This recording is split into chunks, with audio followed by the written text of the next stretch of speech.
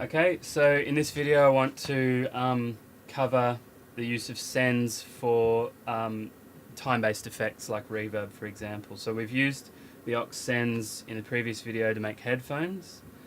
This time we'll look at how to use that same sort of workflow for adding reverb to a signal. So I'm going to put some reverb on the snare drum. So at the moment I've soloed the snare, and you can hear that with obviously a lot of bleed from the other drums.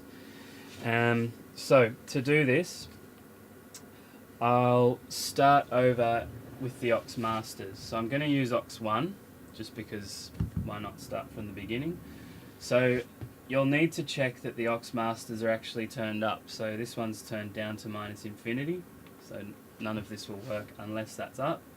And I can put that up to 0, which means no change. So that won't attenuate anything, it'll just allow the signal to pass through the aux master.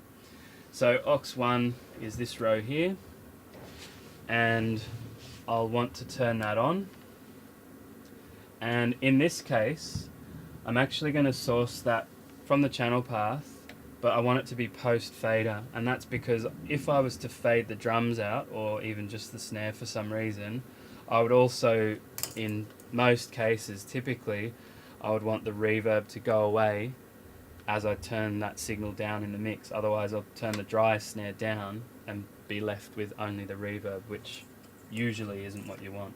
So let's follow the signal from there. So I've sent an amount, so I'll just send quite a lot at this stage so I can check if it's working, and obviously we can turn that up or down later on. Okay, so with this up, and I'm sourcing it from the channel path post fader, I'll have that passing through the aux master, which I've mentioned already, and then the next place to look is the patch bay.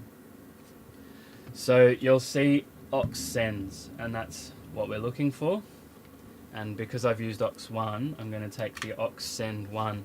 So I now should have an amount of the snare drum according to how much I've turned this up on the end of this patch cable.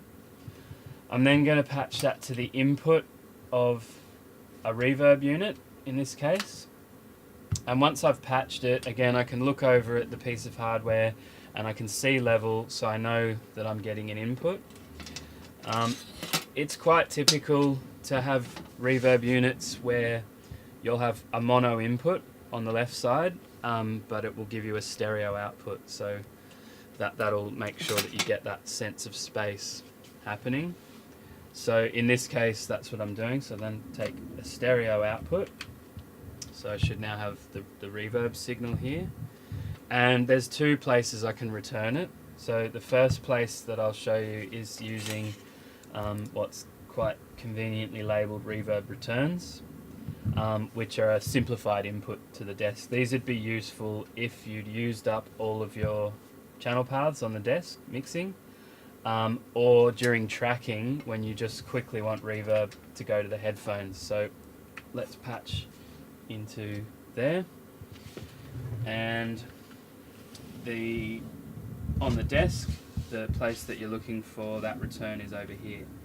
So reverb return 1 corresponds to that patch bay input, and I can assign that to the main mix, make sure that the level's turned up some amount, and we should be able to hear that. So I'll get out of solo, turn up the speakers, and there's our reverb. No reverb, lots of reverb.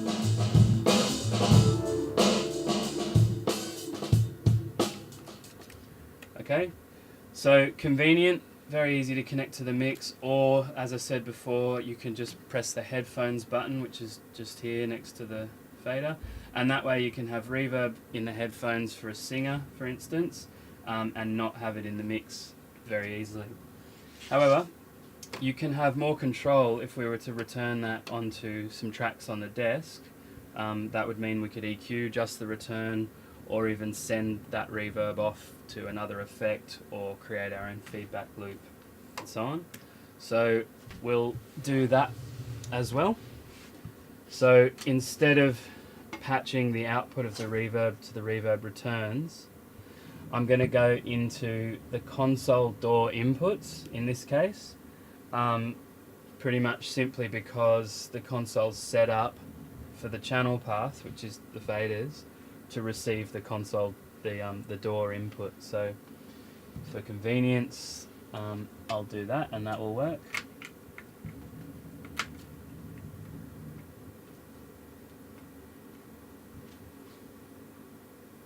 Okay, so when I turn my send back up, you'll now notice that there's signal coming in on 15 and 16.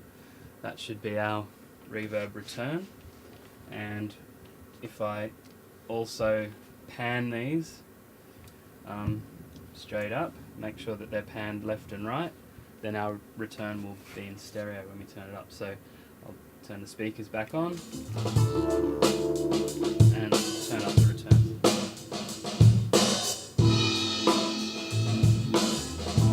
So no reverb, lots of reverb. In this case, if I want to, I can filter just the reverbs, take out the low end for instance, or I could EQ that to add some extra high end.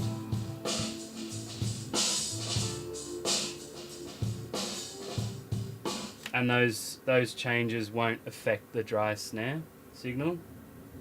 I could also, if I wanted, send any other signal to the reverb. So just to quickly demonstrate that, I will turn the snare down and we'll send the bass instead.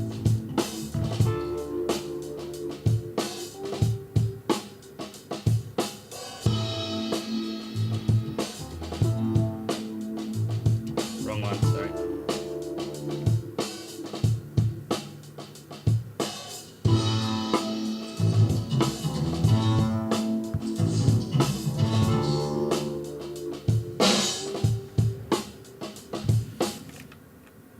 Okay, so that covers reverb, using sends to get to reverb and returning them to the reverb returns or to any spare channels on the desk.